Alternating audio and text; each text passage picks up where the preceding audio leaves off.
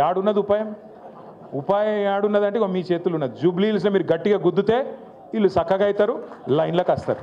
ఇచ్చిన హామీలన్నీ నిలబెట్టుకోవాలంటే మీరు జూబ్లీహిల్స్లో లగాయించి మంచిగా పిడికిలు బిగించి కడుపులోకి వెళ్ళి గట్టి గుద్దుతే అన్ని చక్కగా వెళ్తాయి.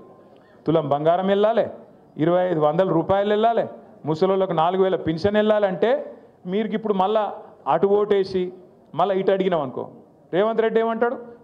మాకే ఓటేసారు జూబ్లీహిల్స్ ప్రజలు, మేము ఒక్క హామీ నిలబెట్టుకోకపోయినా, అన్ని లంగ మాటలు చెప్పినా, అన్ని దొంగ మాటలు చెప్పినా, జూటా మాటలు చెప్పినా నాకే ఓటేసారు, కాబట్టి వీళ్ళకి ఇచ్చేదేమన్నది లేనేలేదు. కానీ రేవంత్ రెడ్డిని అని తప్పులేదు. రేవంత్ రెడ్డి అనేట ఆయన చాలా నిజాయితీ గల మోసగాడు. ఆయన ఏ మాట కామాట చెప్పుకోవాలి పోయి. ఎందుకంటే ఆయన ముందే చెప్పిండు, ఎలక్షన్ ముందే ఏం చెప్పిండు? ప్రజలు మోసం చేసేటోళ్ళనే నమ్ముతారు, మోసగాళ్ళనే నమ్ముతారు, అందుకే మేము మోసం చేస్తామని చెప్పిండు. పాపం ఆయన చాలా నిజాయితీ గల మోసగాడు, ఆయన అన్ని తప్పు లేదు. కాకపోతే బాధ ఎక్కడ అనిపిస్తుంది అంటే, మనం మంచి మంచి వాళ్ళని చూసినాం, ముఖ్యమంత్రులను. ఓ చంద్రబాబు నాయుడిని చూసినాం, ఇదే రాష్ట్రంలో మనందరం చూసినాం. ఓ ఎన్టీ రామారావుని చూసినాం, తర్వాత అటెనక రాజశేఖర రెడ్డి సార్ని చూసినాం, రోషయ్య గారిని చూసినాం, కేసీఆర్ గారిని చూసినాం. పెద్ద పెద్ద మనుషులను చూసినాక ఇలా రేవంత్ రెడ్డిని చూస్తుంటే ఎక్కడో అజం అవుతలేదు. ఏమిటికంటారా? నాకేం పగలేదు, పంచాయతీ లేదు. ఏమిటికంటారా? ఎవడన్నా ముఖ్యమంత్రి నేను సెక్రటేరియట్లో లంకె బిందెలు ఉంటాయని కొని వచ్చిన భయ్, లంకె బిందెలు ఉంటాయి సెక్రటేరియట్లో. లంకె బిందెల కోసం ఎవడు తిరుగుతాడు? అర్ధరాత్రి తువాలలు కప్పుకొని తటపారలు పట్టుకొని తిరిగేది దొంగలు. ఎవడన్నా ముఖ్యమంత్రి లంకె బిందెలు ఉంటాయంటాడు సెక్రటేరియట్లో? గట్లున్నాడు ఈయన. రెండోది నేను అడుగుతా, ఇప్పుడు ఈ అర్రల ఈ రూమ్లో ఎవరన్నా అప్పు లేని వాళ్ళు ఉన్నారా? అప్పు ఖర్జా नहीं है सो आदमी कोई है यहाँ पे है तो हाथ उठा. అప్పు లేని వాళ్ళు ఎవరు ఉన్నారమ్మా? దేదీప్యానికి ఉన్నదా లేదా? అప్పు ఉన్నది. మీ లేడీ సింగం కూడా అప్పు ఉందంట. సబ్కే పాస్ అప్పు. అప్పు లేని వాళ్ళు ఎవడు ఉన్నాడు? మా సుధీర్ అన్న కూడా ఉంది అప్పు. ఎందుకంటున్నా అంటే వెంకటేశ్వర స్వామి గుడి ఉంది రా భయ్, మా వాళ్ళకి లేక దేవుని గుడి ఉంది. కరెక్ట్ చెప్పిండు మా తమ్ముడు. అయితే ఎందుకు చెప్తున్నా అంటే, అప్పు అందరికి ఉంటుంది, కానీ ఏం చేస్తాం మనం? అప్పు హైతోవి, కర్జా హైతోవి, లోపల బనీన్కు పొక్కలున్నా మీదికెళ్ళి మాత్రం కడక్ అంగి వేసుకుంటాం, బయటికి మాత్రం షాన్ మే ఫరక్ నే అని అన్నట్టు తిరుగుతాం. ఎందుకు తిరుగుతాం? మళ్ళీ ఎవడన్నా అప్పు ఇవ్వాలంటే ఇవన్నా వద్దా? ఇవ్వాలన్నా లేదా? ఇవ్వాలి మరి, అందుకే తిరుగుతాం అట్లా. కానీ ఈయన ఎట్లున్నాడు ముఖ్యమంత్రి? ముఖ్యమంత్రి అంటేనే కుటుంబానికి పెద్ద. ఈయననే తెల్లారి మార్కెట్లో పడి నా రాష్ట్రం దివాలా తీసింది, నా రాష్ట్రం సంకనాకిపోయింది, నా రాష్ట్రం మొత్తం ఎయిడ్స్ పేషెంట్ అయిపోయింది, నా రాష్ట్రం క్యాన్సర్ పేషెంట్ అయిపోయింది, నేను ఢిల్లీకి పోతే నాకు ఎవడు అపాయింట్మెంట్ ఇస్తలేడు, నాకు అపాయింట్మెంట్ ఇస్తే చెప్పులు ఎత్తుకపోతాడేమో అని భయపడుతుర్రు, ఇట్లా మాట్లాడతాడు ఎవడన్నా ముఖ్యమంత్రి? గీననట మన జూబ్లీహిల్స్ని ఉద్ధరిస్తారట, హైదరాబాద్ను ఉద్ధరిస్తారట. మీరు ఆలోచన చేయండి. గిసొంటి ముఖ్యమంత్రిని ఎవరైనా చూసినామా? ఇంకోటి అప్పు ఉందనుకో, ఇప్పుడు నేను సుధీర్ అన్న కాడ 1 లక్ష రూపాయలు అప్పు తీసుకున్నా అనుకో, చెప్తా నేను ఏం చెప్తా అన్న, ₹1 మిత్తి ఇస్తా, నాకు 6 నెలల్లో వాపస్ ఇస్తా అని చెప్తా. ఏదో వెళ్ళలేదు నాకు. సుధీర్ అన్న ఫోన్ చేస్తుండే 6 నెలల తర్వాత, ఏమైనా భయ్ ఇస్తలేవు అని. 2 సార్లు ఫోన్ ఎత్తుతా, 3 సార్లు ఫోన్ కట్ చేస్తా, I'm not accessible, not reachable అని పెడతా. పెట్టినాక ఓ రోజు సుధీర్ అన్న వచ్చి పట్టుకుంటాడు. అరే దొరుకుతలేవు, ఏం సంగతి రాబాయ్ అని పట్టుకుంటాడు. పట్టుకున్నాక ఏం చేయాలి నేను? అరే కాదన్న దండం పెడతాను, ఏమనుకోక జర వెళ్తలేదు, ఇంకో నెలాగి ఇస్తా అని చెప్తా. కానీ ఈ ముఖ్యమంత్రి ఎట్లున్నాడు తెలుసా? ఎలక్షన్ల ముందు వాగ్దానాలు చేసినావు కదా, అడ్డమైన వాగ్దానాలు ఇచ్చినావు కదా, మరి ఏమాయబాయి నిలబెట్టుకుంటలేవు అని మేము అడిగితే ఏమంటుండే తెలుసా? ఏం చేస్తారు నన్ను కోసుక తింటారా? కోసుక తినే నీకు నువ్వేమన్నా సేపువా మామిడికాయవా? ఎవడు కోసుక తింటాడు? ఏం కోసుక తింటాడు? అంటే గంత గిట్లాంటి మాటలు మాట్లాడే ముఖ్యమంత్రి నా జీవితంలో అయితే నేను చూడలేదు. పెద్ద పెద్ద వాళ్ళని చూసినాం, మంచి మంచి వాళ్ళని చూసినాం, ఇసొంటోని ఎప్పుడు చూడలే. మరి ఇసొంటోని చేయలేగాళ్ళు అందరూ వచ్చి వెంగళరావు నగర్ చుట్టుముట్టి మేము ఉద్ధరిస్తాం, మేము ఇది చేస్తాం అంటే అసలు కూడా సక్కగలేడు. మీరేం చెప్తారు నాకు అర్థం కాదు. తుమ్మల నాగేశ్వరరావు ఏం చెప్తాడు, పొన్నం ప్రభాకర్ ఏం చెప్తాడు, వివేక్ ఏం చెప్తాడు, వాళ్ళతో ఏమవుతుంది? ఊదుగాలది పీరి లేవది, ఏది కూడా జరగదు. ఎలక్షన్ తెల్లారి ఒక్కడు కూడా పత్తు ఉండడు.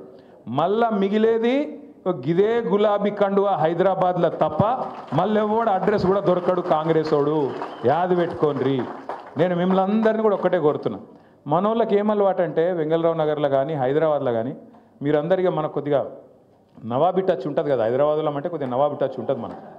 మనం జల్ది వెళ్ళాం ప్రచారం, మెల్లగా आराम से उठते, आराम से चलते, आराम से अपना काम चलता.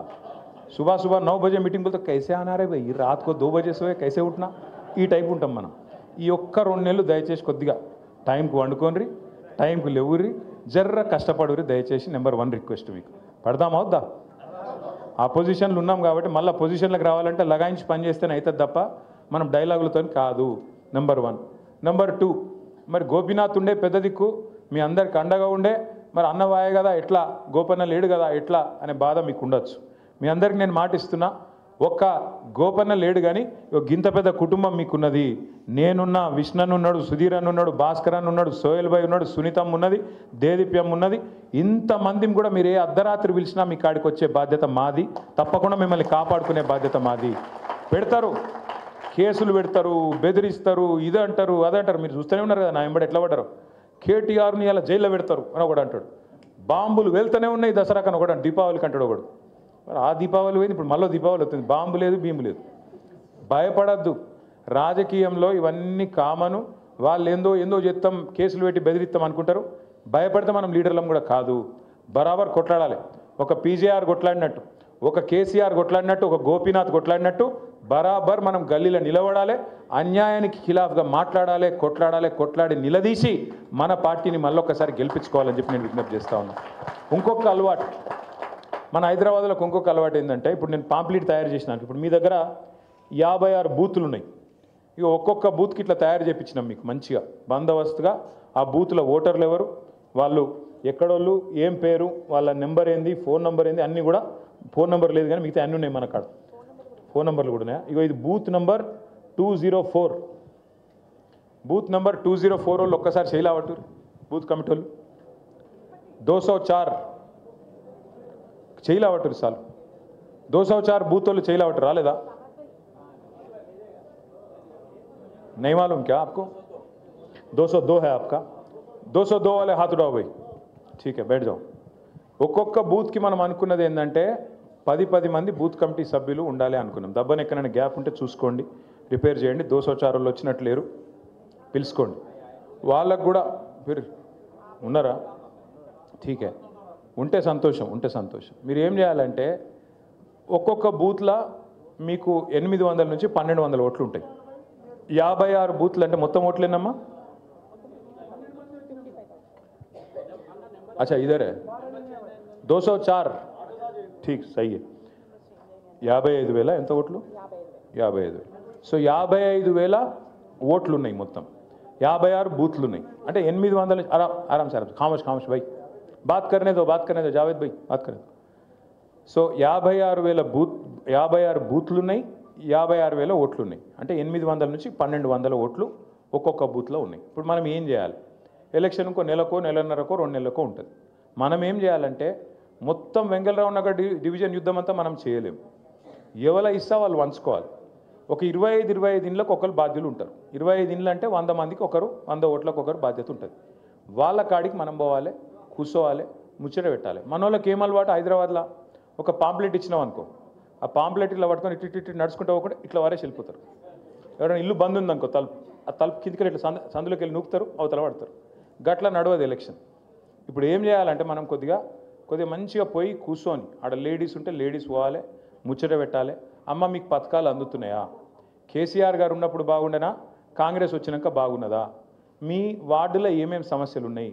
మరి మీకు వీళ్ళు ఇన్ని హామీలు ఇచ్చారు కదా కాంగ్రెస్ వాళ్ళు, ఒక్కటన్నా వచ్చిందా?